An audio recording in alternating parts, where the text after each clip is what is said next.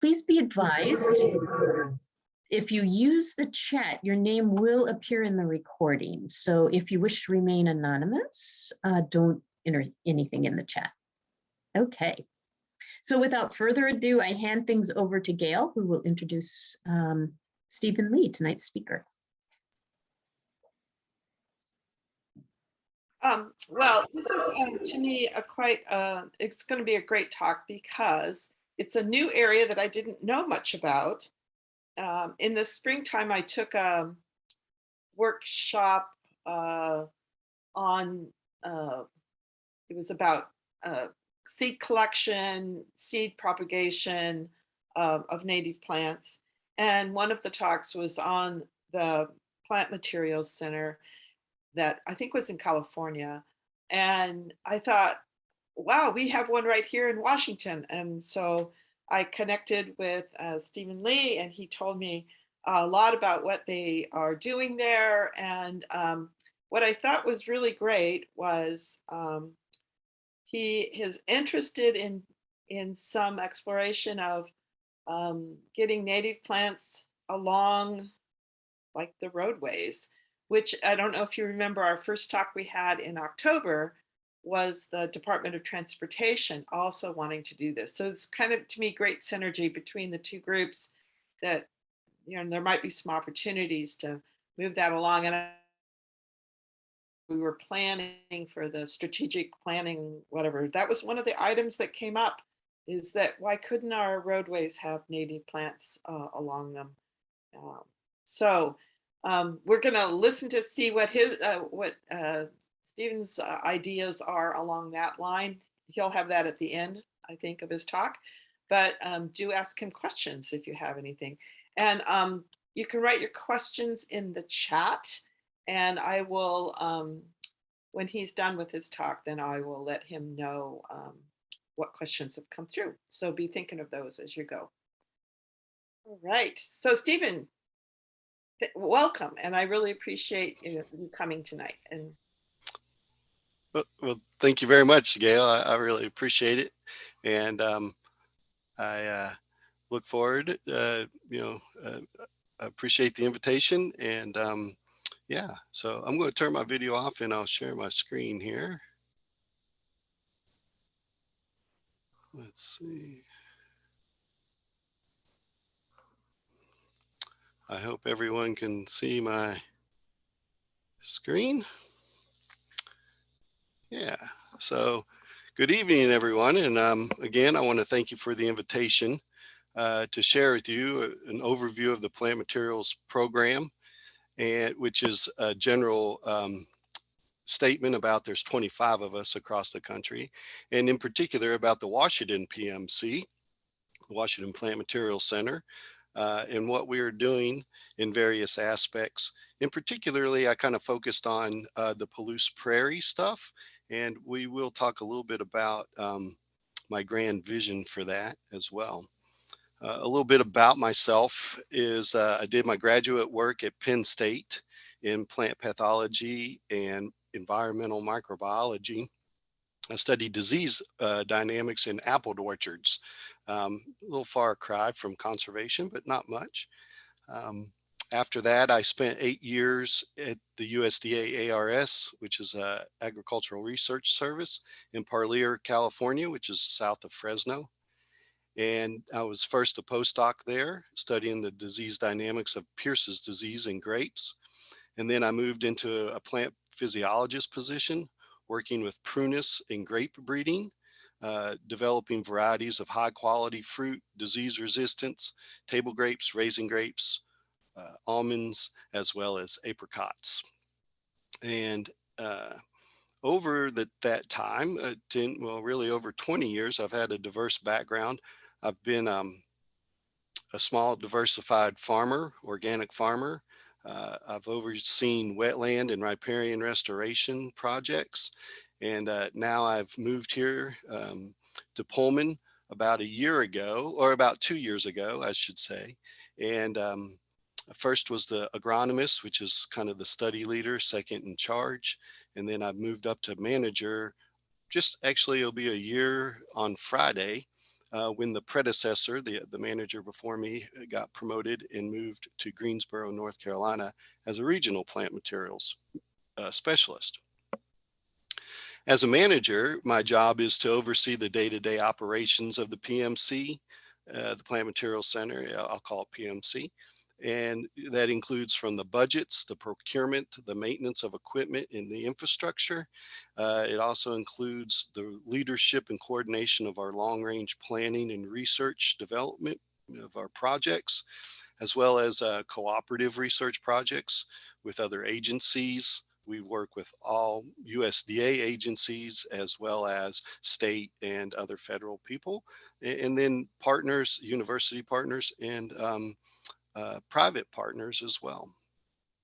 So I've titled my talk, the USDA-NRCS Plant Materials Program, History and Future of Developing, Testing, Transferring Plant Science Technologies to Meet Natural Resource Needs. And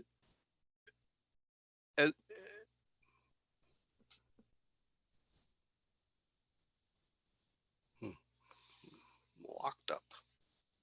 Oh, there we go. Oh, sorry about that. Here's a brief overview. My hope is to provide a contextual status of the Washington PMC, first by providing some brief background and introduction to the plant materials program, and then kind of moving to talk about our projects currently sprouting, where it's in a new phase. I've been here a year, like I said, and we've really kind of readapted some of from our older projects to newer projects under me. And then how are we addressing about the loss of the Palouse Prairie habitat? And then I'll pivot. Then I'll pivot towards a focus on our historical work done at the PMC here, and by looking at the steps that they went through to release new plant varieties, and try to tie that into how we complete our mission as the plant materials program. The plant materials program is a national program. There's 25 plant materials centers, and they have co-evolutionary evolved with the development of NRCS, the Natural Resources Conservation Service. The Soil Erosion Service was formed originally in 1933 under the Roosevelt administration with the encouragement of Hugh Hammond Bennett. Mr. Bennett is right there on the upper left. He's the person in the right of that picture there. He was a soil scientist, and he convinced Roosevelt to start the Soil Erosion Service. This is back during the Dust Bowl.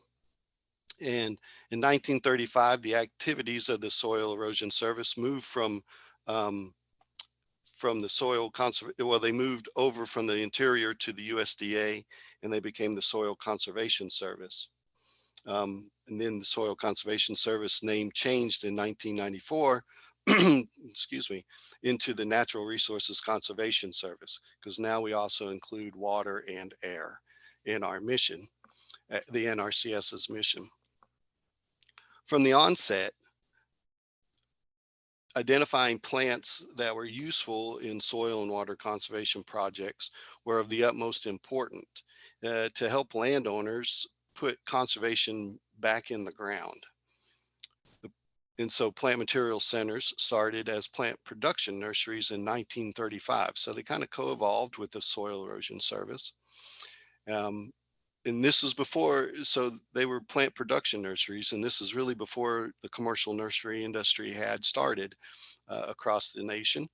And so they had large scale production of trees and shrubs to really, in the Palouse area, it was for windbreaks and riparian areas to help prevent erosion. In 1954, that large scale production was terminated because they felt like that there was enough production of trees on the commercial scale. And then operations turned to observation and testing rather than production. And they were renamed plant materials centers instead of plant material nurseries.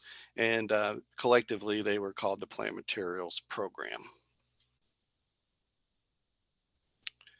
So here's a map of the current plant materials centers. There's 25 of them across the United States.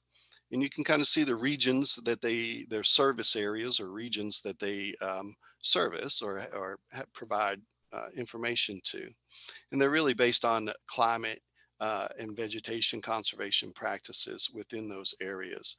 Though we do coordinate with each other, especially the Western and the Northwestern PMCs. We all talk to one another and kind of do a lot of studies together.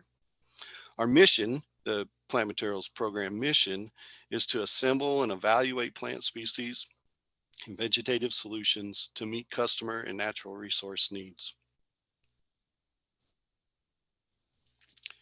So here's a map of our service area, and I know the South Sound is not necessarily in our service area, but we are in Washington. And so we really border up against the east side of the Cascades, all the way into eastern Oregon and northern Idaho. Our service area covers all parts of the Chutes, John Day, Snake River, and High Desert NRCS basins in Oregon, 9 conservation districts in Idaho, 2 Washington State NRCS areas that have 28 conservation districts, and at least 2 major tribal areas.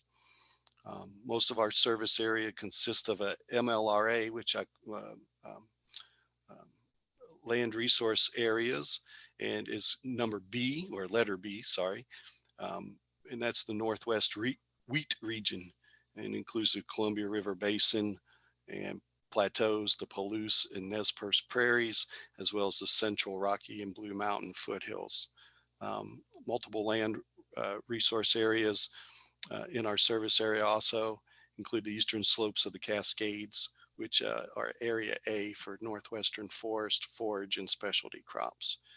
The service area also includes 7 Devil Mountains, which is a 43C, and a 43B, which is also the Central Rocky Mountains in Idaho. The MLRAs are kind of a combination of ecozones, so they include climate data, soil, land uses, historical land uses, and various things like that to kind of come up with these various areas. So we're pretty wide and far-fetched within our service area.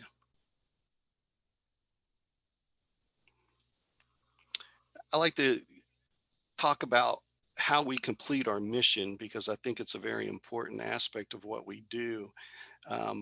In the pillars, I always call these the 4 pillars of our mission.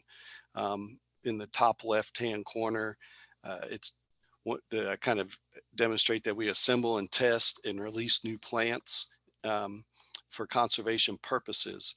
And this includes retesting and re-releasing new conservation plants or older conservation plants, and retesting them for new conservation purposes and practices. And this picture on the left here is a riparian buffer.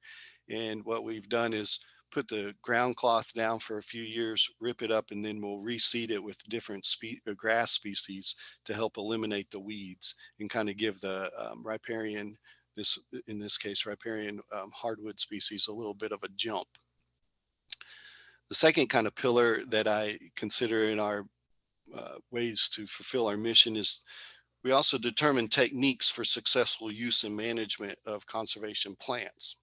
An example is testing new scenarios in various conservation practice standards of NRCS and CRP, and then doing variety trials on various plants. And that would be the upper right-hand corner here, where you see our farmer, one of our farmers on the back of the drill, and we are testing forage legumes on the PMC. The third is we also transfer the materials and or information. We create publications for field offices and the public at large, based on the scientific findings that we do in our trials and techniques. These are freely available, and at the Plant Materials Program website, all 25 plant materials centers have their publications able to be downloaded from there. I think someone said that we get about 4 million downloads a year or something off of our website. So it's pretty heavily used. We also are in charge of the plants database, not in charge of the technical side of it, but the plants and the plant guides. So the descriptions of those plants that you find on the plants database, those are all updated and or created by PMC staff. Then the fourth, which is down on the bottom right here, is we facilitate the commercial increase of conservation plants. At the PMC here in Washington, we maintain several grass species releases that have came from the PMC that were developed here, excuse me. And we distribute that breeder seed of those 11 grass species to crop improvement associations across the West. We work hand in hand with Washington Crop Improvement for those to get those into the commercial market. The people, the seed growers blow it up into foundation seed and then put it out for certified seed. And it's usually used in various mixes for restoration projects or CRP and stuff. So those are our 4 pillars.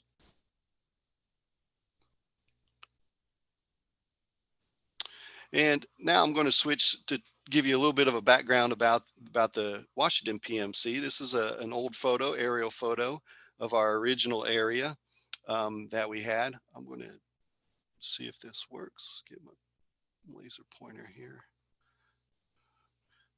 I don't know if you can see it, but here's where the buildings are. I'm right here. And historically, we operated 160 acres on this side of the Pullman Highway, and we have 157 acres on the other side of the Pullman Highway. Recently, Washington State owned the ones on this side, and they've gradually taken back over. This is the Washington State Arboretum, and then the grass and turf farm, and then this is USDA-ARS plant germplasm. And so now all that we operate is this 160 acres across the Pullman Highway.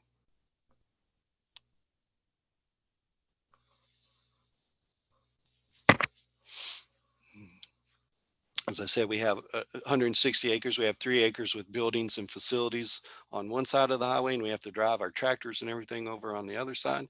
Here's a picture of an outline of our fields. And over the last several years, our projects have focused really more on agronomic studies and soil health, because that was been the major thing through the USDA. However, this past year, President Biden sent an executive order, 14008, that tasked all agencies to prepare action plans that integrate climate adaptation into their missions, operations, and management. The USDA developed an action plan for climate adaptation and resilience, and the NRCS and the Plant Materials Program likewise updated their climate smart agriculture action plan.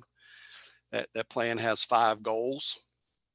One is to utilize existing conservation plants to determine tolerance for projected climate change, such as drought, increased heat, fire recovery. We are doing that. So we have our 11 grass species, and we're putting those out and doing several different studies for those, some agroforestry projects right now. 2 is to target new plant selections and increase the adaptability and resilience, especially from ecosystems that are at high risk, such as high altitudes, coastal areas, and other diminishing native habitats, which I live right in the middle of one. It's called the Palouse. Number 3 is to evaluate the establishment and management of strategies. So to look at those practices and to see if we need to adapt new seeding dates, harvesting dates due to the patterns and stuff. Also establishing various new forbs in the areas and looking at how we can do that effectively, especially since some of the programs, which I'll talk a little bit about later, like the Conservation Reserve Program, are really looking for those techniques and practices. And then the fourth is that PMCs become greater locations of outreach, training, source of technical information on climate literacy. So we've set up about 4 or 5 new demonstration plantings here, and we host field days and trainings, and we're increasing those demonstration areas to host even more things. And then the other is to improve the sustainability of the PMCs. So we're always looking to decrease our footprint. That hasn't, we've asked, you always ask for more than you can probably get. We've asked for windmills and solar panels, but we haven't gotten any yet, but you know, we'll continue to hold out. So what are we doing here? Here's a little magpie down in the field on the 160 acres of the PMC. And sometimes I feel like that little magpie. Well, now I want to kind of switch and really start to talk about our newer projects that we're having coming on. And it's really starting to, it's a little bit of getting back to our primary mission back in the 30s, 40s, and 50s, and even the 60s. And kind of getting out of the agronomic stuff a little bit. So there's, as most of us know, I'm sure that there's multiple threats to the Palouse Prairie. Less than 1% of its historic areas still exist. Here's a couple of maps that I got from a presentation from, I think it's Tyan Ram Granberg of the Washington State Natural Resources and Natural Heritage Program. And I thought they really outlaid some really nice things about the diminished and fragmentation of the Palouse landscape. And, you know, as you can see, there's actually, even though it's fragmented and very dispersed, there still are several areas that are kind of clustered and concentrated. And that actually gives me some hope for maintenance of the plant community. I am a plant geneticist, and so that is what we do as plants. So that's where I look at it first. The threats still exist. We all have an existential threat of climate change, I believe, and you know, beyond the development and roadways and other habitat destructions, you know, the Palouse remnants are facing, you know, climate change and really the fragmentation does not allow for high levels of resiliency in these diminished plant communities. And the program needs to sort of, we've taken a multi-prong approach, I feel, and the USDA provides, we've taken multi-prong approach as well as the USDA, in that they provide incentive payments to landowners through several various programs. So, you know, optimistic, cautiously optimistic, maybe is what I should say.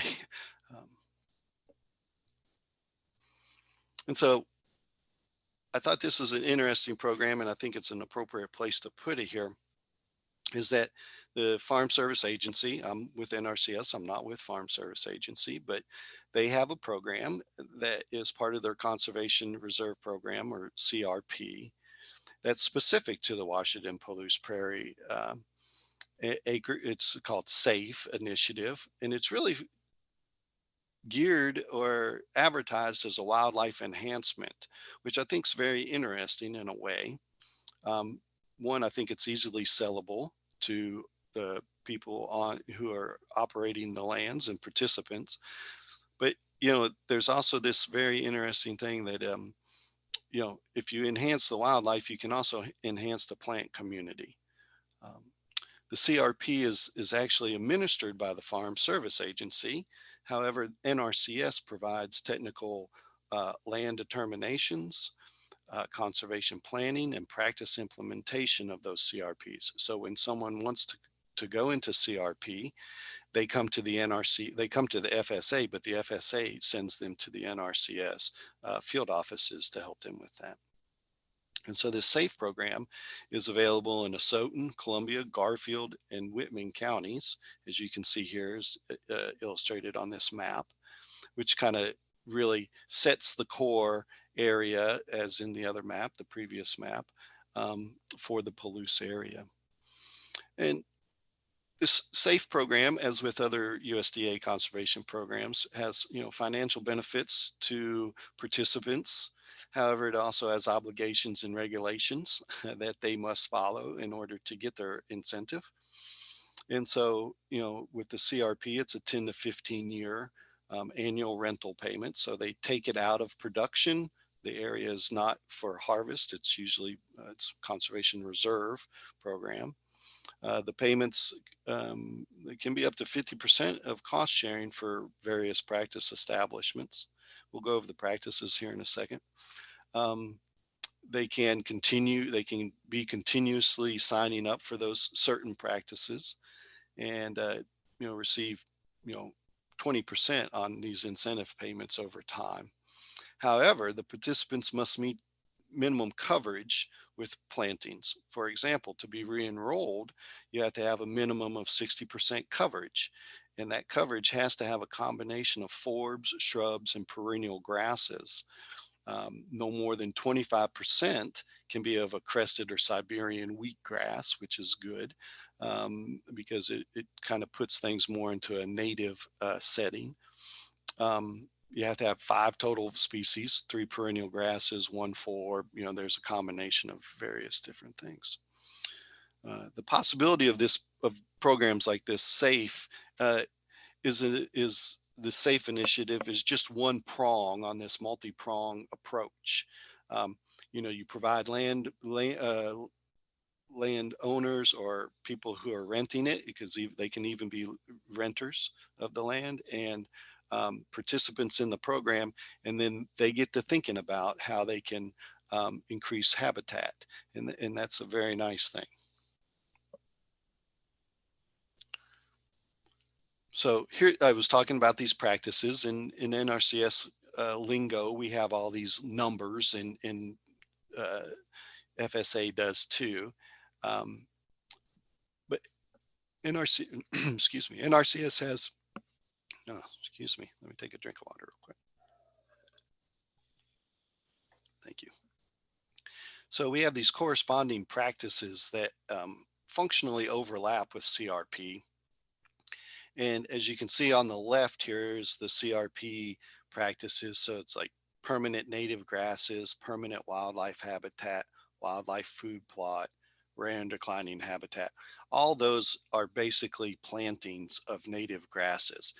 They're all very similar when you get into the nuts and bolts of them. And then the other ones that are continuous are like filter strips. So they're putting strips of grass along waterways and other things up against erosive areas so that it prevents that erosion. And those typically, we have a demonstration plot for filter strips and vegetative barriers on the PMC of our releases, and they work very well. Riparian forest buffers and wetlands are another huge part of that.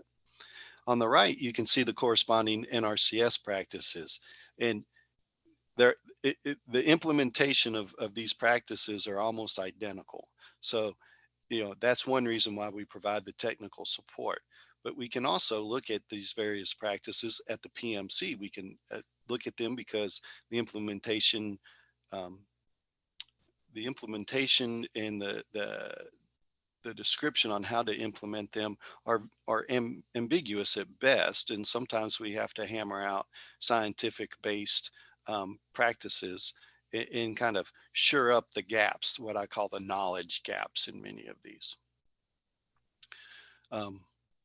So our field office advises the participants, and they typically encourage them to use native forbs and native plantings for various of these various practices.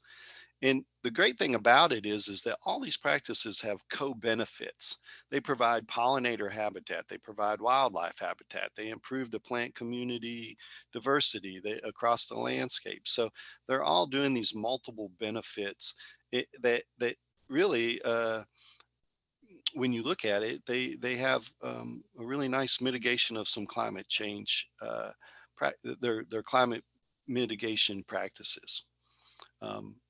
The chief of the NRCS released 29 practices that he said were the most important in climate change mitigation, and all but 2 of these practices here are on that list. The 643 and the 422 are not.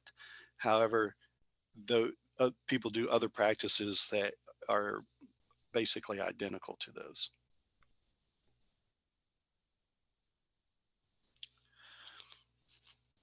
So now I want to start to talk about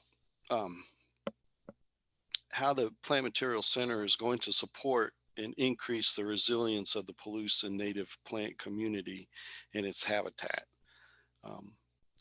We are initiating work with several partners. Like I said, I've been here a year, and we had been focused on some agronomic studies and things like that, but this work was really born out of an initial conversation with a friend of mine, JC Jensen, who's at Thorn Creek Seeds.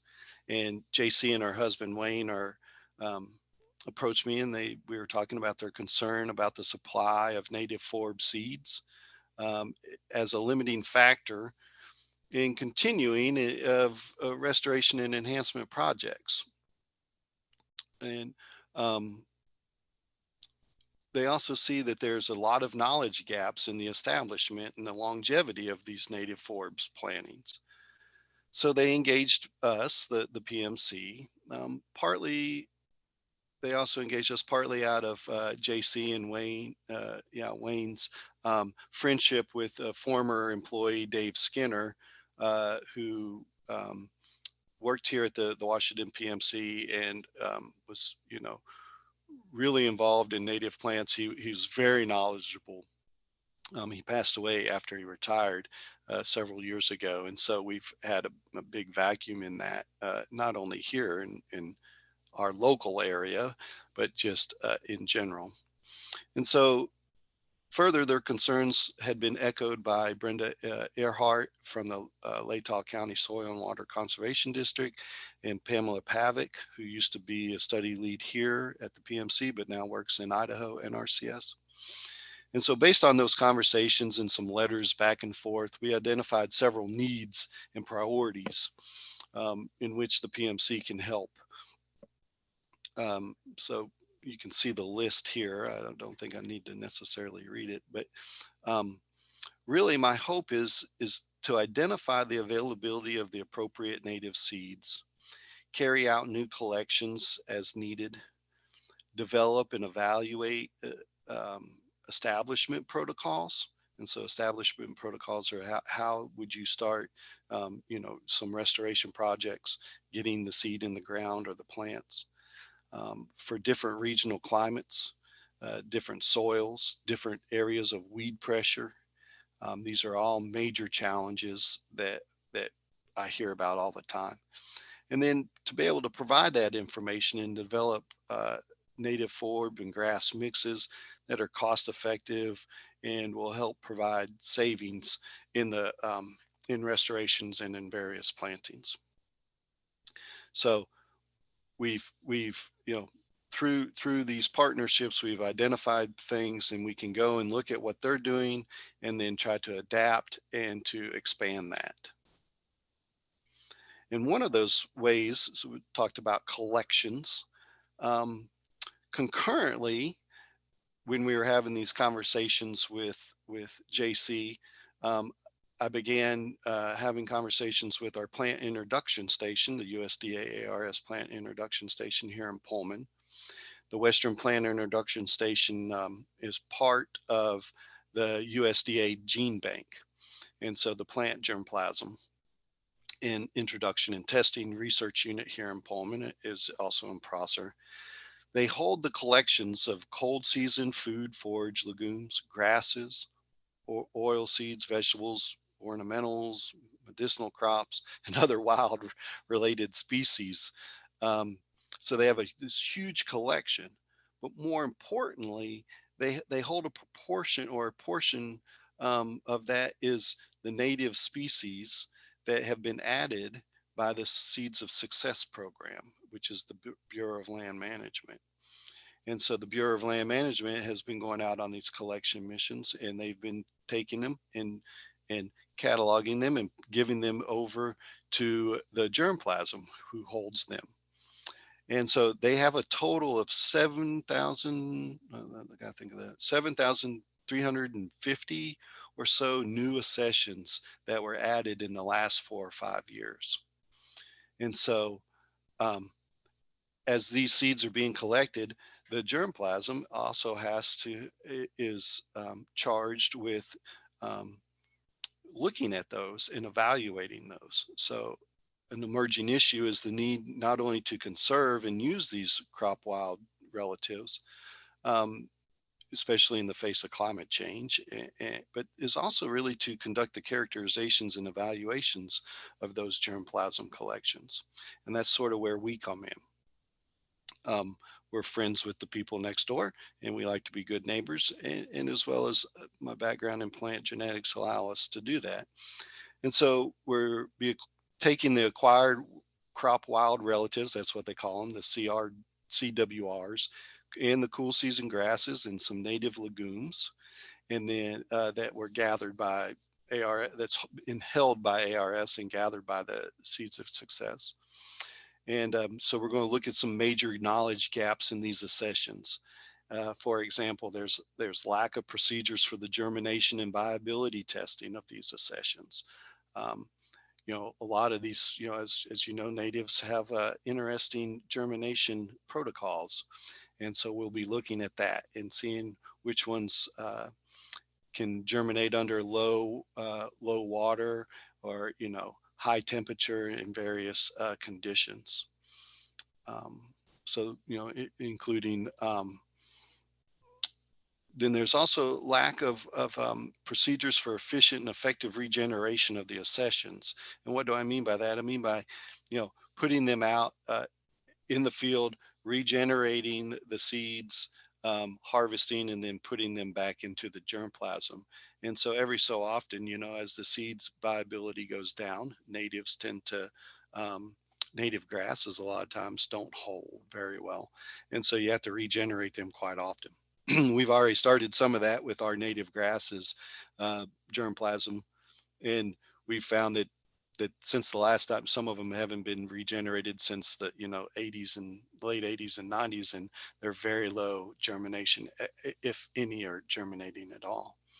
And so this collaboration is going to really allow us to have a greater evaluation of the members of the Palouse Prairie plant community, because we have multiple people going out and doing collections in multiple areas. And, oh yeah, okay. So you can see by this map that, so on the left was the map of the kind of the core area of the Palouse, and you can kind of tell where most of that was in the SAFE program. And then the dotted line on the left, on the map on the left, kind of shows this expanded area. Well, I really like this map on the right-hand side because it kind of goes along with the MLRA of the Palouse Prairie and the Blue Mountain, which is this kind of the lower appendage to the left there to the west. And so really what we're going to try to be doing is having a strategy that coordinates these new collections from this expanded area, the area in the green, and outline a way to start to not only do the collections, but also do the evaluations. So what we'll do is you do small collections, you know, maybe 100, 200 seeds, and then we'll do the initial grow outs here and initial seed increases. And then that way we can start to collect the morphological and phenological data, as well as production traits. We call them production traits. I don't necessarily like that term, but that's what they're called.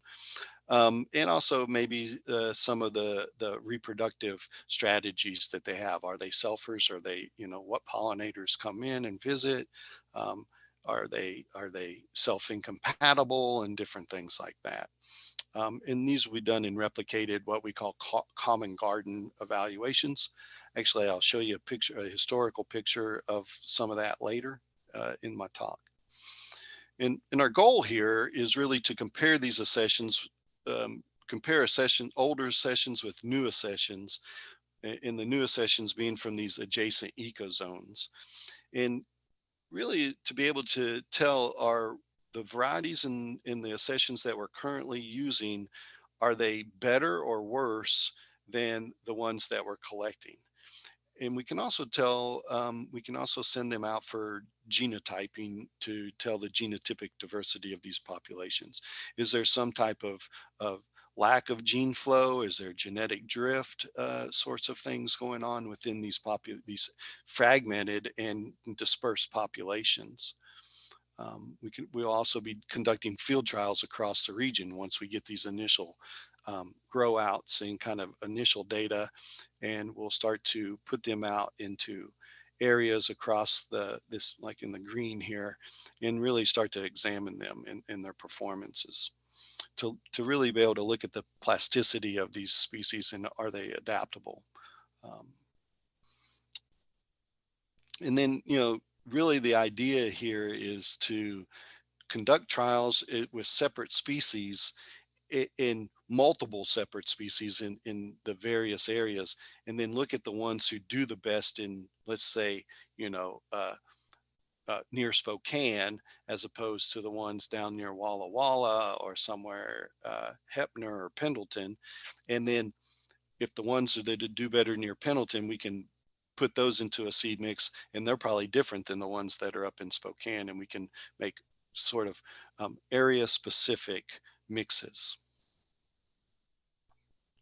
And then once we do those mixes, we'll continue, then we'll take the mixes and put them into different experimental plots across the region as well. So we're trying to approach this through several different angles and multi-pronged approach. And so once we sort of, this will be simultaneous really, testing these individual species and looking at the mixes, we're going to try to really start to look at the knowledge gaps on the establishment and seed mix compositions, like I was saying. And so here's some pictures of what we're calling forb islands. We make these areas, we treat these areas, and we put native grasses and forbs that match the CRP and NRCS practice standards. And then we really kind of just look at them and see how they develop. So, we're collecting data on the long-term spread of the different plants from the initial planting areas. You can see here on the upper left picture, this planting at the PMC. The original planting was established in 2011 when I think Dave had already retired, but Pamela established it. And we can see the observation of spreading, through the various years. Of course, this is new observation. We can't tell of all the ones that have gone throughout, but it really has been an observation that has led us to develop a study plan that will let us examine this long-term spread of native species, and particularly planted with plugs, but also seeds in seeding areas. So once we kind of, like I said, once we kind of get these single species evaluated and that's conducted, we move on to creating these mixes. And then by researching the mixes, that really kind of falls into two categories. One of them is the first is species selection to the local environment, as I was saying. So, Heppner or Pendleton, Oregon versus somewhere near Spokane. The second is really creating mixes with different ratios of grasses to forbs in order to optimize the ratios at different locations. And that sounds like a lot of optimizing and a lot of mixing, but the idea is that grasses in those plantings are really good establishers. They are good competitors, but they're bunch grasses. And the forbs, as you know, I mean, I'm talking to the choir here, but you know, it's like it takes 3 to 5 years to really get the forbs, you know, trucking along. And so these are kind of the grasses are kind of nurse crops. And one of the major reasons or challenges or limitations to establishment is competition by weeds and rodents. They reduce the stand 90% of the time. Well, I don't know about 90% of the time, but you know, 75% of the time that something doesn't work, it's usually through weed pressure and maybe a rodent pressure. So we really got to figure out. We've made some simple observations on mixes that have a little more grasses in their mix have less rodent and weed pressure. And so what is that optimum? Is it 70%, 60%? Is it an early, you know, very quick colonizing grass that does not last but 3 to 4 years? I mean, you know, all this type of things is part of what we're going to be trialing. And you can see here we've you know marked these flags, and these are plug islands, so we're establishing them. And we have some pre-emergent herbicide for the cheatgrass, and I think there's Medusa head back in that other one. And so you know that they last this herbicide lasts a pretty long time, and so if we can get these forbs and plugs and grasses established pretty well, then maybe they can beat back the weeds and be a little bit more competitive.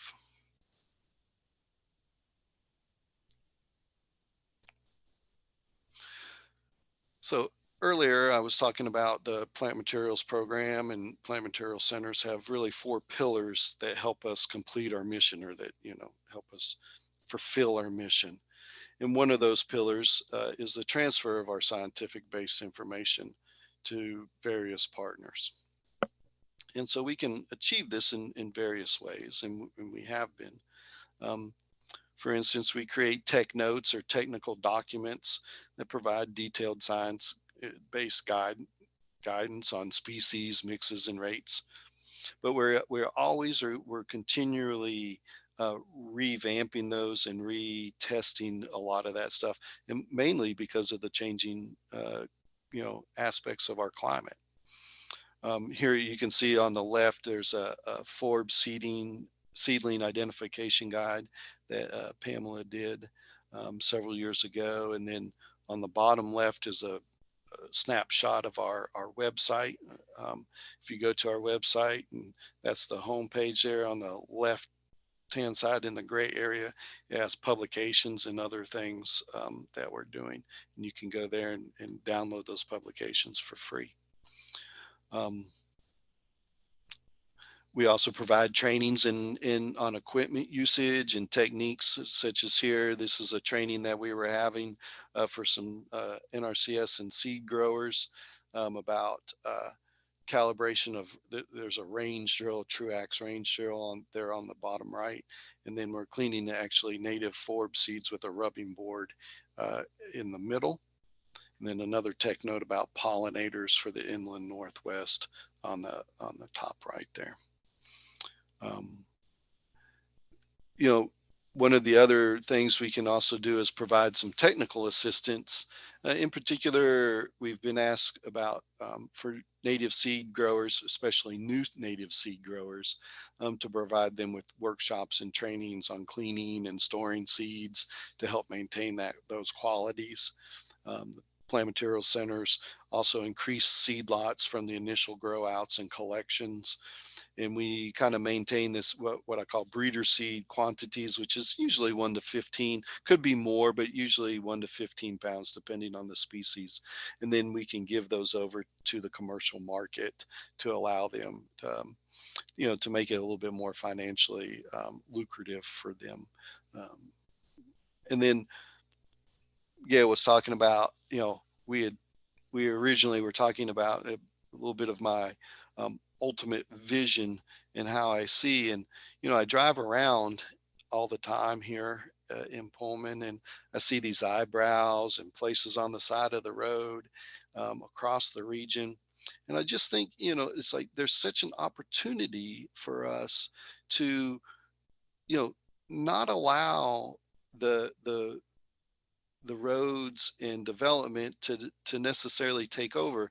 It's more about maybe allowing the native grasses and forbs to come into these areas, and if we can really maximize how they are established and how they can be maintained, maybe we can do these roadside plantings and eyebrow plantings, and along greenway plantings. There's strips around everywhere that could just be put into, remnant plantings. And then we would have, even though the habitat would still be fragmented, it wouldn't be so fragmented. We're not going to get contiguous habitats throughout the region. But one of the problems with fragmentation is you get founder effects or island effects. And so you get, you can get, the genetic diversity within populations and species can go down because they aren't able to intermingle, but from their pollinators and other things, because the pollinators can't always fly that far. And so, maybe if you just have these areas that are, dispersed throughout, but not so far where the pollinators and even wind pollination can still occur. That's really my ultimate vision, because, I'm a flower file. I love flowers. And so, it'd be great to see this on the side of the road. And speaking with Gail, she put me in touch with the department of the DOT, and we haven't met yet because we're all busy, but we do have a meeting planned on doing some of this stuff, and maybe initiating some research projects. So, okay. Oh, I don't know how I'm doing on time, but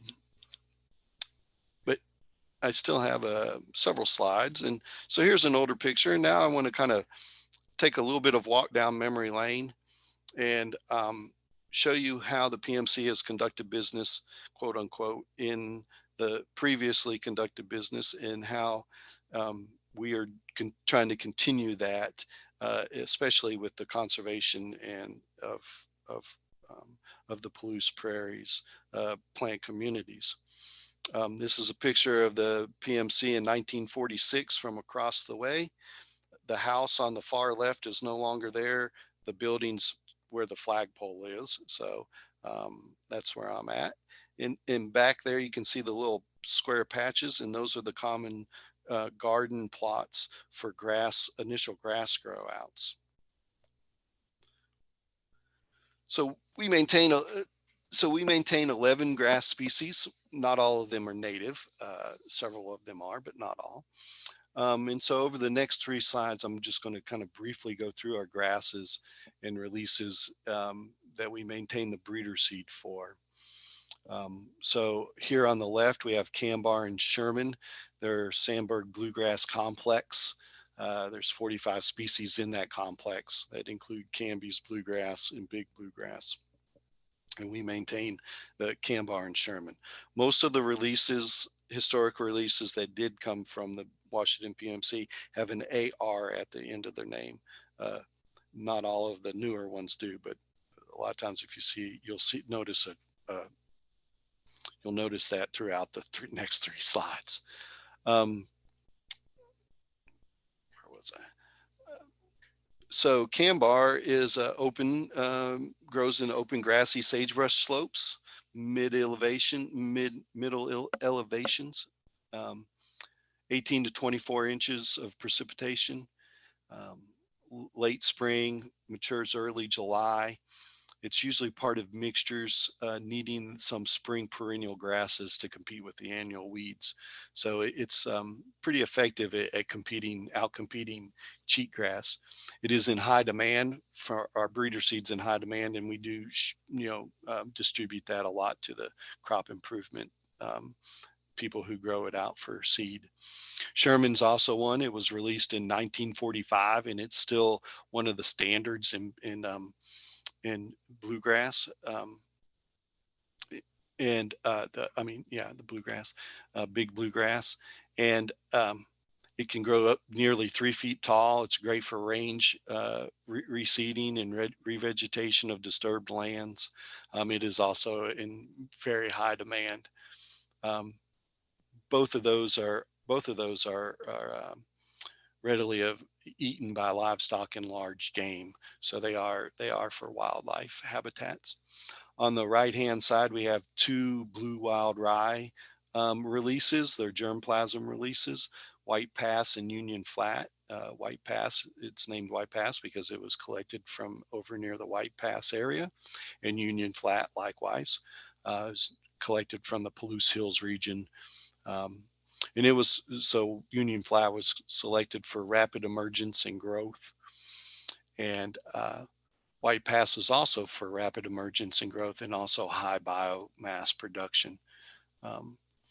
White Pass is usually in conifer forested areas and does like partial shade. So starting on the left, we have Whitmar, which is a beardless wheatgrass. It's an awnless form of blue bunch wheatgrass. It's very drought tolerant. It was released and studied for grazing and native hay production. Has good quality forage and seedling vigor. It was released in 1946. Several of these were released in 1946. They were very productive in 1946. And also reestablishment of native plant communities, especially on range and in other disturbed areas. It's highly in demand. Seacar, which is a Snake River wheatgrass, is long-lived, super drought tolerant, very drought tolerant. It can survive down to 8 inches of rainfall. Actually, it was collected on these roadside, cliffside areas that had very little soil. It's palatable at certain times of the year, especially spring. Sheep, elk, deer, antelope, cattle, etc.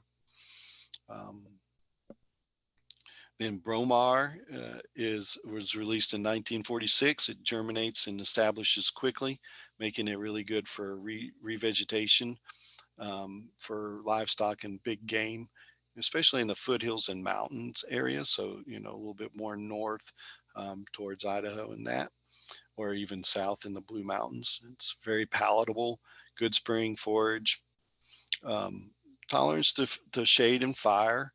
And it really has it's really good when planted with legume mixes. And then on the far right here, we have Kovar, which is actually originated in Turkey. It was released in 1977, and it's very drought tolerant, and it's really good for erosion control. It makes these huge root masses, though it is slow to establish, and it forms a pretty persistent ground cover. It's very winter hardy and drought tolerant. It's adaptable to various elevations, all elevations really, and it's really, like say, really adaptable to like 8 to 25 inches in precip. They used to put it on airstrips up in the mountains in Turkey. And then the last 3 here, we have orchard grass, Latar.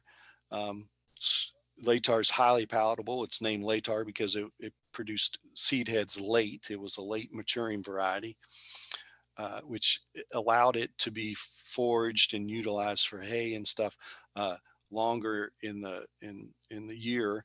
It was also, I believe, it matured about the same time as alfalfa and bird's foot trefoil and other legumes. So it was really good to pull off as hay. It can be found in sagebrush, grass areas, pinyon juniper, ponderosa pine, plant communities. It was registered in 1957 and still is pretty common in pasture and hayland plantings. Has a really low lignin content, which is what makes it digestible. Then in the middle is durar. As it says, it's durable. It's a hard fescue. It's released in 1949. It's very long lived. It's densely tufted bunch grass. It's a real tough one. it produces these huge roots and a very low crown.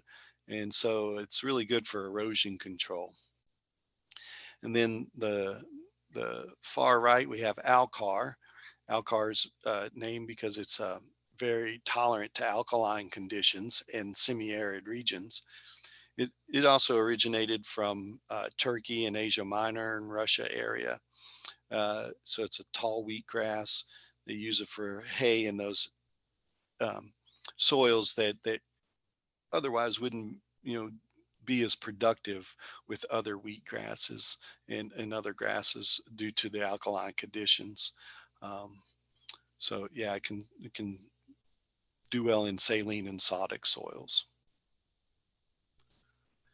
And now I wanted to go through the process of these kind of 8 steps in what they historically did to release grasses and other plants through the PMC.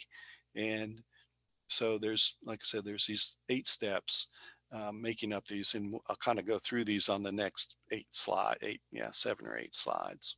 So they source the material, they do the initial seeding, crease, advanced and various cultural trials, which kind of goes around and around several rounds.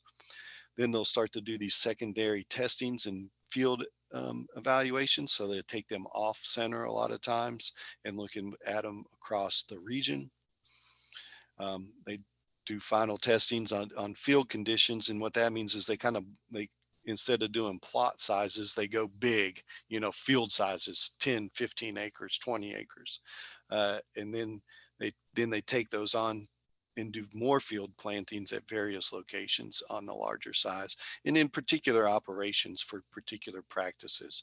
For instance, if they were looking for grazing and various things like that. Then if they decide to release, they'll produce foundation seed stocks of the released varieties to give those to the crop improvement initially. And then we don't do this anymore, but they used to, is they give them to the certified seed production farmers in various conservation districts to see how the seed production is going to work across the region.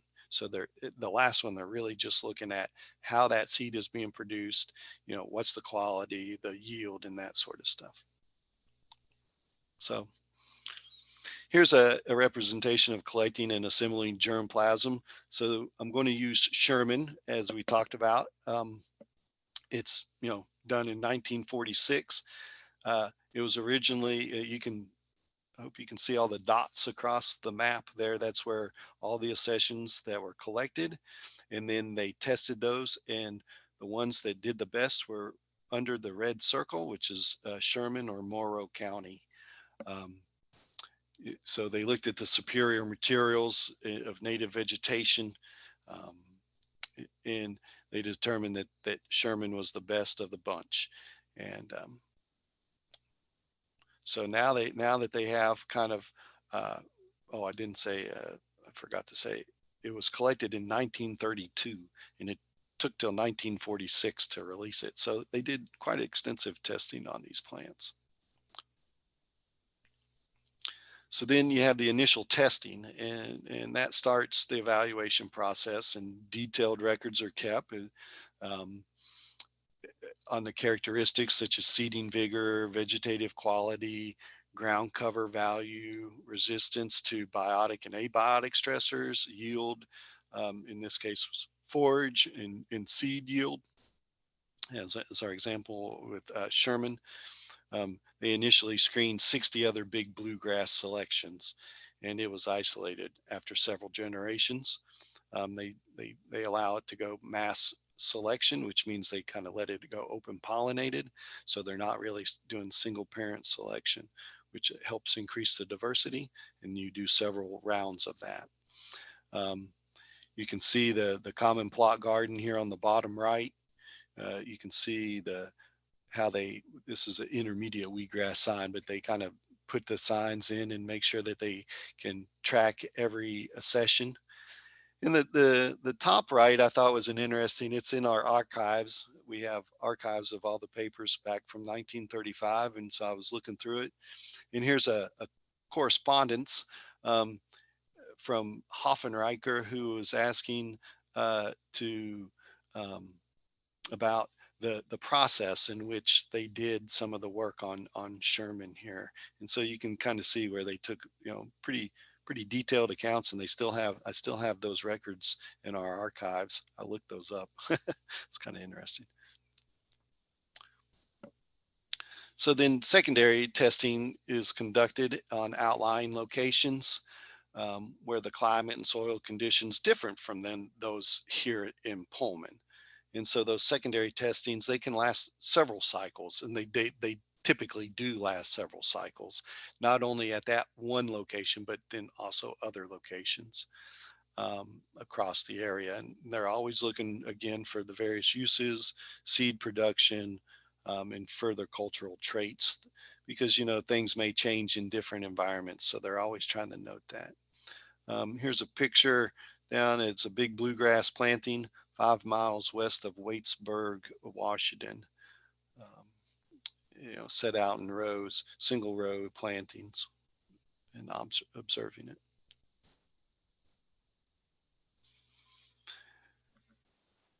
And then secondary conservation testing examines the ground cover, production, management of young stands, quality of roots produced. Here's a root mount in the lower, in this case, it'd be the lower plow level for these, because they're really looking for erosion. And then, so what are the value in soil conservation mixes? Sherman was extensively tested for a variety of conservation uses, and it's still used in reseeding ranges, disturbed lands, cropland retirement, conservation reserve program, dryland hay production. It's one of the earliest big bluegrasses, and it's still highly palatable. The gentleman holding up the plants on the left here is A.L. Hoffenreicher. He was he was a professor of agronomy at WSU in 1933. He was tasked on starting up the Washington Plant Materials Center for the Soil Conservation Service. He moved to the USDA and worked there for nearly 40 years.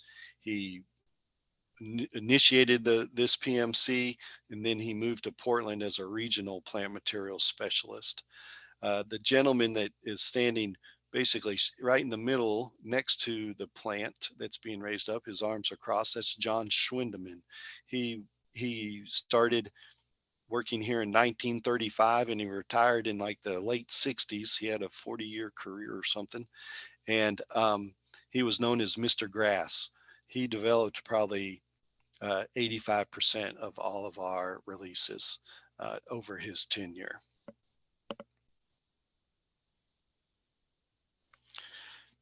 I thought this was interesting, because this is we were talking about developing methods and stuff. So here's a little brochure that I found where they're doing studies to help the development and improvement of cultural methods that so that they're trying to facilitate the successful establishment and use of these plants, much like what we're trying to do with the forb establishment. And stuff. So you can see they're using rice hulls as an adjunct to seed mixes to help distribute the seeds, especially smaller seeds. They look at planting dates. They developed this really neat thing here on the bottom right.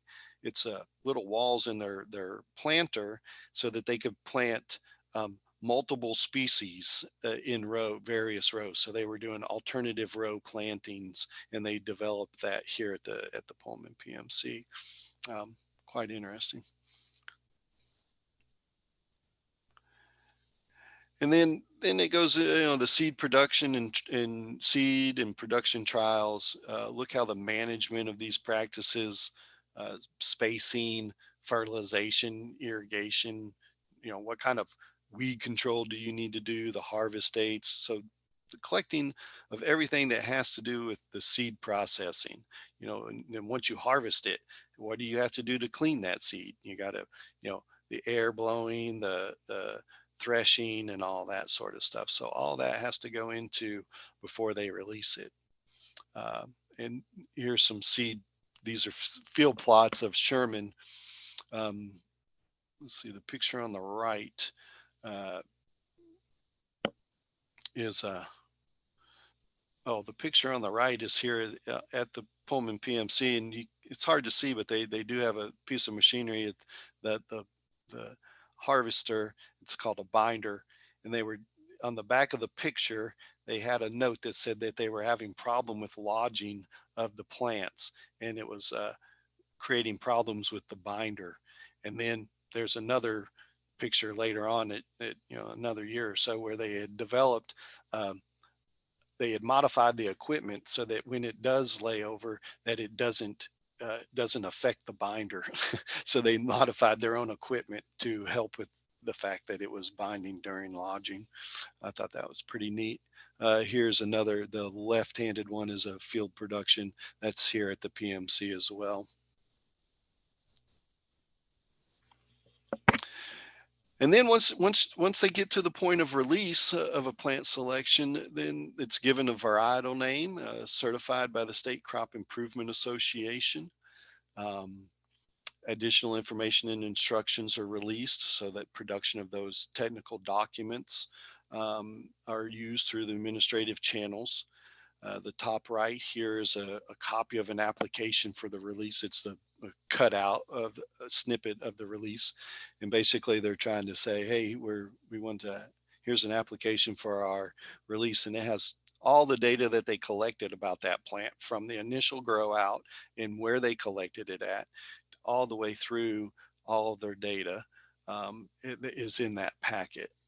The bottom right shows the areas of adaptation for that, and the uses are in the article on the left. You can kind of see where the primary area of adaptation there is very similar to the green map that I had earlier. Like I said, it's pretty widely adaptable to various areas. And then in the publication, it describes how to grow it, where it's, what it's good for, and all the components and data that they kind of do. It was in a USDA release document, USDA document.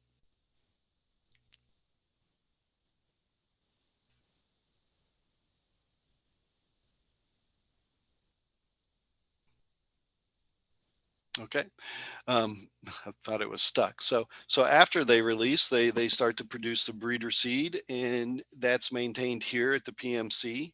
We give that over to crop improvement associations, and then they take it on and contract for the foundation seed and certification seed fields. And you have to go out and look at the certified fields, and that the Washington State Department of Ag is in charge of perennial crops. Varietal maintenance and distribution's a vital role of what we do, so that we can provide adequate supplies of those seeds to the commercial market. And they're non-patent, they're freely available to the commercial markets.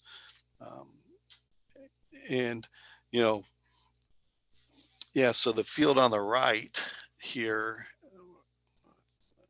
that's in Genesee, Idaho, and I think I have 1947 on my note.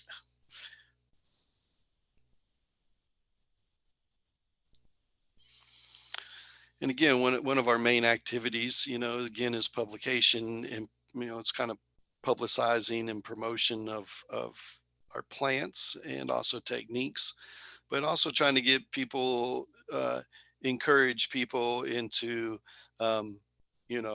doing conservation plantings on the farm, and to really get excited about what they could do in conservation. On the left is a technical document from 1958. It's catalogs of grasses and legumes for conservation farming, north central Oregon and adjacent areas. And on the right, it's describes conservation practices and plants that help increase wildlife. Well, in that booklet, they have the very similar or almost identical practices. They describe the practices that were in the CRP um, brochure that I was talking, the practices for the CRP and the SAFE program that we were talking about a little earlier today. And with that, I'll conclude.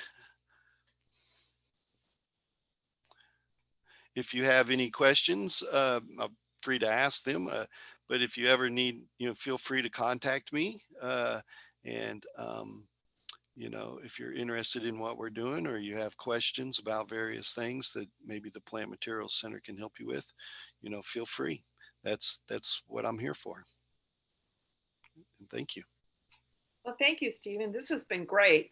I have some questions, and then I'll let others to think of questions and put them in the chat if you would. So I noticed it, to me, one of the big weeds, I guess, of Eastern Washington is, and the Palouse area, is the cheatgrass. And you mentioned that having more diverse, having a little more diversity in the plantings around it kind of help. So I was wondering, when do you, in the process, I didn't see this part, which was like, when do you test the diversity mix? And is that, and I think you had more regional kind of aspects for that, but is that done at the landowners level of, where you make recommendations to them and then they observe it and give you data back or something? Yeah, a little bit of both. I try to make it, when I do something on off-center plantings, I try to make it very easy for the person that we're working with. Try not to ask too much from them. Try to really have a win-win situation is what I always, it's try to have mutual benefit.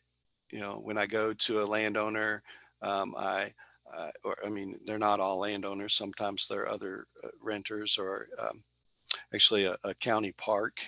We're talking with a county park here in Latah County. I try to go and observe, ask what their needs are, what their concerns are, what their conservation needs are, and then tell them what we can do, and then see how we can mold both of those together. Now, with that said, I try not to make it a lot of time, consuming for them, unless they want to be. I have one grower, actually, we do cover crop trials over on the west side of the state. And I have a dairy farmer who's very into it, and he's out there all the time he's calling me, taking pictures, saying, hey, this was, he's communicating with me every time. But then I also have other growers who I can't get a hold of, and that's fine. I mean, they're pretty open to me coming out and talking with them. So, did I answer your question? Yeah. I mean, it's a mix, I guess, and Sure. At the end of the day, for this type of stuff, at the end of the day, it is like, well, how do you feel? Do you feel that it was successful or not? Do you feel, do you feel like your challenges were dealt with, or your limitations were ameliorated a little bit here, or not? We have a planting at a gentleman named Reed Wiswalls, who's along the Snake River, near Colotis area. And, poor Reed, I mean, he's just banging his head all the time. He's like, man, it looks great for 5 years, and then it's trash, I'm like, you try too hard, Reed. You gotta accept a little bit of cheatgrass here and there. I mean, so we're continuing to work with him and seeing how it is. Sometimes there's successes and sometimes they're failures as well. I mean, that's part of it. Oh, great. I'll ask one other question, then I'll get to the other people's questions. So I was wondering what other kinds of weeds, or whatever they might be, competitors, do you see coming in, say, like in the last 20 years, with our notion of the climate changing, whatever, or, and how different are they than maybe cheatgrass, or how many different strategies are you having to compete with now that you didn't maybe before? Yeah, that's a great question. I don't know if I can totally answer the historical perspective of that, just because I'll say I'm new to this in particular. But in general, it's well, there's a few like ventonata is a it's the annual grasses that are really the ones who um, give us the most headache, especially in like CRP plantings or these forb plantings and stuff like that. So and and and, and it's I mean ventonata is pretty, I think, fairly new as a problem here. Um, uh, from what I've heard, I wasn't around all that time, so I'm not sure. But um, it's really about the aggressiveness of them. It's not necessarily new things coming on all the time. It's just that they're so adaptive. And you know, last year it's like they were up and seated and done with before any other thing was up, and then this year they're twice as much. And it's like everything's just it's like, man, you can't win with them. They we use this term plasticity. They're just placid. They just are they just adapt to everything you throw at them. And so really what we're doing, one of the things that we're doing is uh, um, trying various techniques, fire, um, a few new herbicides that can probably help control some of that initially, and stuff like that, because there is a management issue with any of these. And sometimes you have to reset the ecology. It's not always my favorite way to do things, but that is sometimes that's what you have to do, is really reset that ecology. And you know, um, let's say cheatgrass or ventonata or Medusa head. Those three are the kind of the crown jewels, that if you can beat them for 3 or 4 years, you can really reduce that seed load, and then kind of keep them down from there. But it's that initial 2 or 3 years, especially if you use a disc or any kind of soil disturbance in these areas. You're just beating your head up against the wall. What I'm trying to say is that it's not necessarily new ones coming in. It's just their ability, the ones who are here, their ability to outcompete everybody else, no matter what the climate is doing. Well, great, thank you. Yeah. So Angela says that learning the history of the CRP grass mix was very interesting. And then she wants to know, do you think that the popular grasses like Sherman will ever stop being used? I hope not. Part and parcel.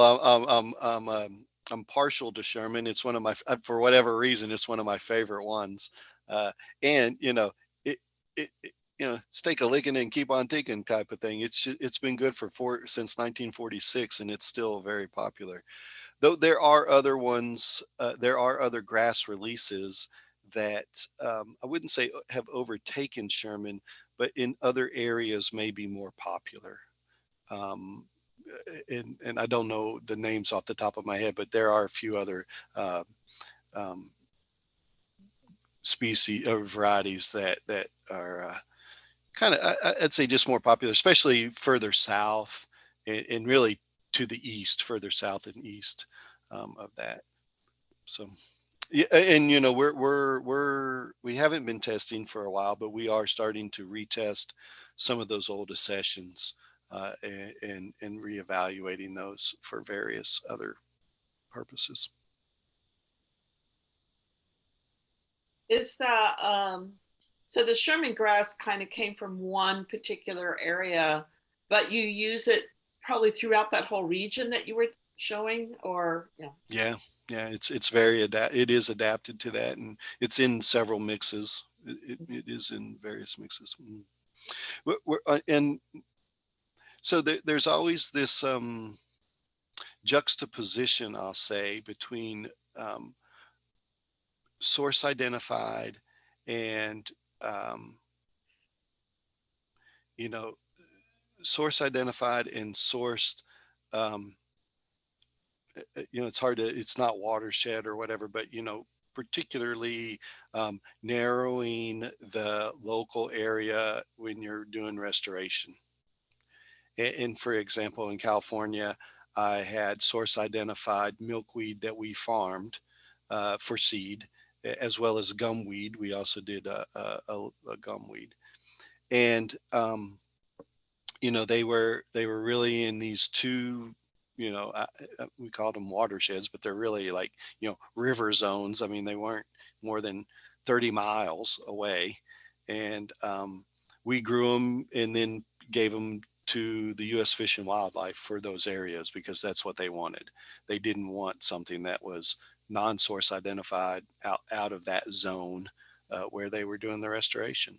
So we did the initial seed grow out and then, regenerated those seeds and gave it back to them for we and other people made a mix. There was about 7 or 8 species.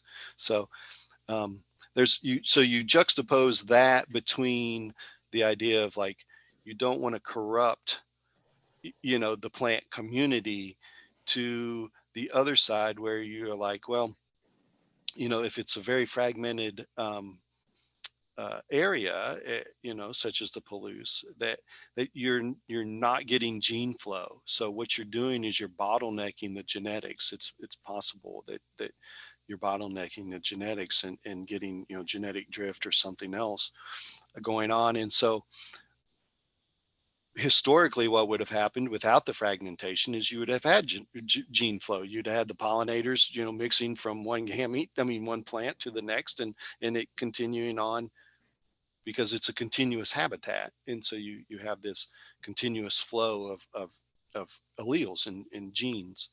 You don't have that now. And so, you have to balance that idea of like, well, maybe we need to introduce a little bit of something that's a little different into this area to get to regenerate that genetics that would have naturally happened if there wasn't fragmentation.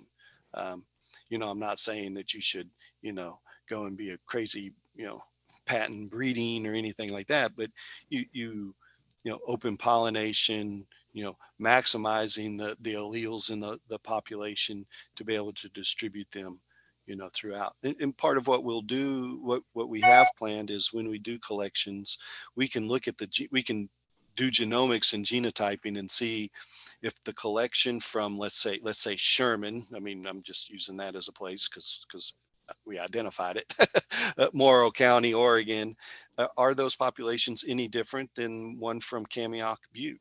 Or are the populations of something on Kamiok Butte any different than Steptoe Butte, or, somewhere in Asotin County? I don't know that, but we have the ability to test that and to see if they're any different or how different they are genetically. And then, does it matter genetically? Does it matter if you have one from Asotin County, if it's very similar to one that's on Kamiok Butte?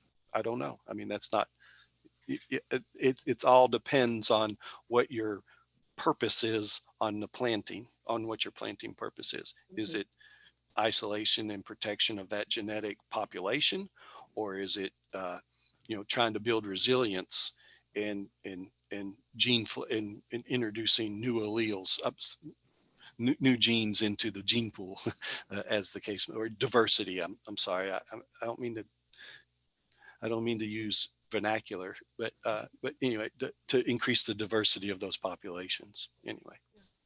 Great. So when you do your mix, is there a pretty typical ratio of forbs to grasses in the Palouse, or is it again one of those things that really varies? Or yeah, I think it varies on who you ask. talking with Brenda at the Latah Soil and Water Conservation. I always put them backwards, transpose those things, but the Latah Conservation District. I think they like 70% grasses, 30% forbs, and that is because the grasses tend to protect and nurse along the forbs a little bit. And if you do it right, I don't know what her mix is our particular. I actually have a piece of paper around here with it on there somewhere.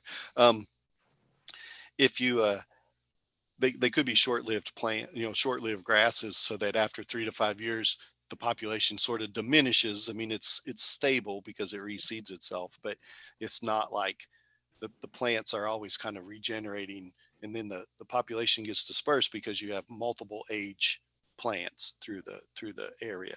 So it's not like concentrated at one point. And that allows the forbs to kind of come in and thrive, because I mean, I always forget, it's like first year they sleep, second year they creep, and the third year they leap or something like that. So it's one of those things where they take a while. I remember planting gumweed, and I planted these like almost a half acre of gumweed to farm it, and first year I didn't see anything. I thought it was a crop failure. I was so disappointed. I was crying because I collected with U.S. Fish and Wildlife. I collected all this seed, and spent a lot of time cleaning it, and it's kind of hard to clean anyways. And I was just crying, and when the whole cycle, the next year I was like, hey, what's that? Oh, that's gumweed. It took like almost 2 years to even see it starting to really come up and look like a rosette at that time. And then, after 5 years, it was just, I couldn't get rid of the stuff. Had a hard time getting rid of it because it's a nice late season pollinator. Great. Or plant for pollinators. So Deb, you had a question. Yeah, I have a question.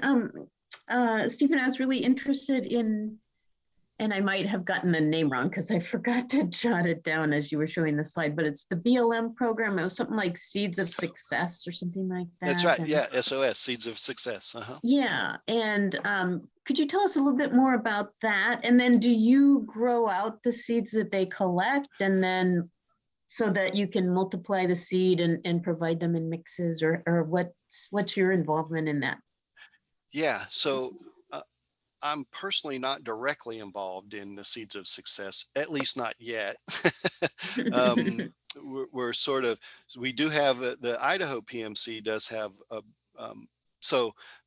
first, the Seeds of Success is a program through the Bureau of Land Management, the BLM, and it's basically a program that is going out to all different habitats, mainly through the West, and just collecting seeds of various native plants.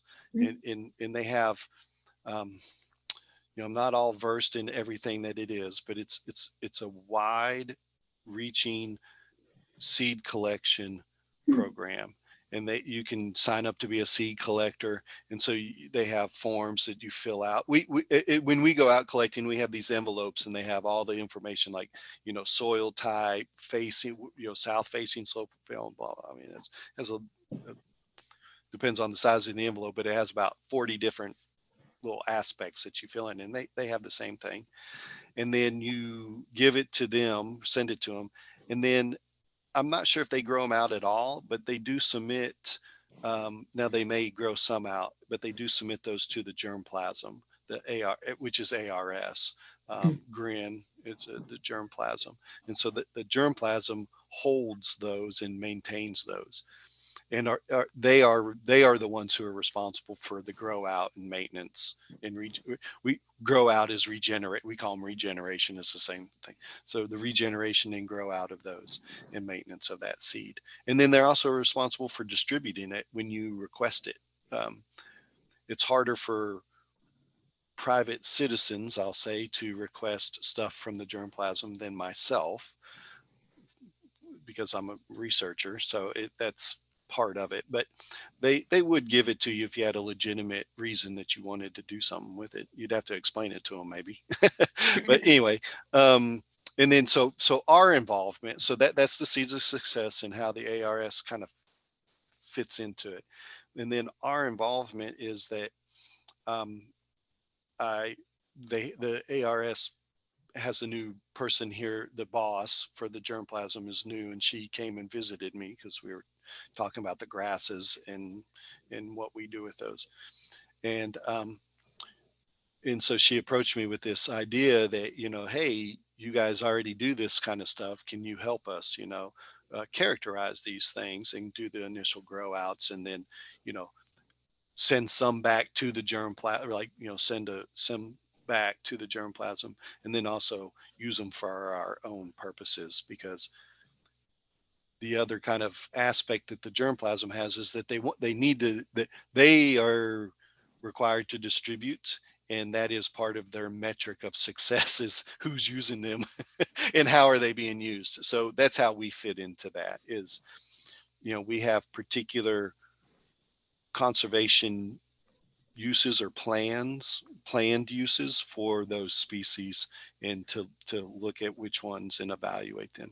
We also have technique or protocols that we can do germination of the seeds in low water potential. It's in a solution that holds it holds the water away from the seed. So and you do a gradation of that solution, and then depending on some seeds will sprout very low or very high in that germination. And so we have that protocol that we do with our grasses and other stuff. So we're doing that as well. So that looks at like a drought tolerance or drought sprouting and drought, and we measure the beginning root, and then that way it also tells if it's going to be highly vigorous in dry conditions. So we do, that's part of what we do. Did I answer your question, Dave? I tend to drift. Oh, and then are some of those seeds then supplied to the land managers who are doing that? Yeah. So initially not program. yet. Not okay. yet, but that is the hope, is that, developing those mixes. And then what my hope is that, let's say there's 50 accessions and we pick 2 of them out, and I'm going to use develop. It's not what we're doing necessarily, but we're selecting them and using them for a conservation purpose. Then we would take those and blow that seed up and distribute it to commercial people or landowners and other stuff like that. So we do mild selection. I'll say mild selection on those, to really try to get the best ones out there. And with that, again, like I was talking about the genetic testing, any of those, before we would put them in the commercial market, they will be genetically analyzed to determine how they are related to other populations in the area. I see. Does that make sense? Yeah. So that we're not introducing some crazy, out of the ordinary or some, detrimental gene or something or whatever. It could happen. I mean, there's all kinds of stuff that could happen. So we've learned some lessons. The NRCS has learned some lessons on plant introductions. And so we try to minimize that at best. That's the other reason why we take so long to analyze things, 10 to 15 years before it really goes out. Thank you. Yeah.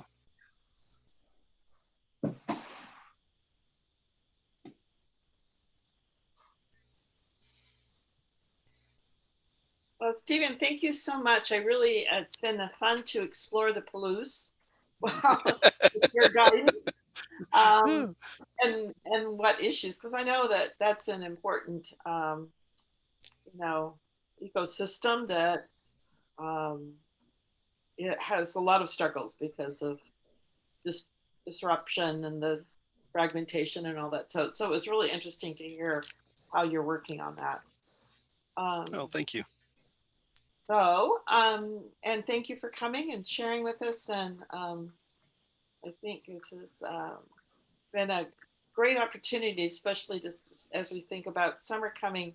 What are some areas we might go visit? And I love to visit Eastern Washington, especially in the springtime.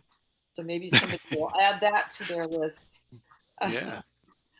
And if anyone's over this way and it's during, business hours, you're more than welcome to stop in. We are public, we're a farm. I mean, we are an operational farm. I mean, farm. Uh, we call it a conservation farm, which is the kind of farm no one else wants. But, but you're more than welcome to stop in and visit. And if we're not doing something right that minute, we'd love to give you a tour. Yeah, delightful. All right. Well, thank you. Yes, thank you. That was really interesting. So let's see, we can stop the recording.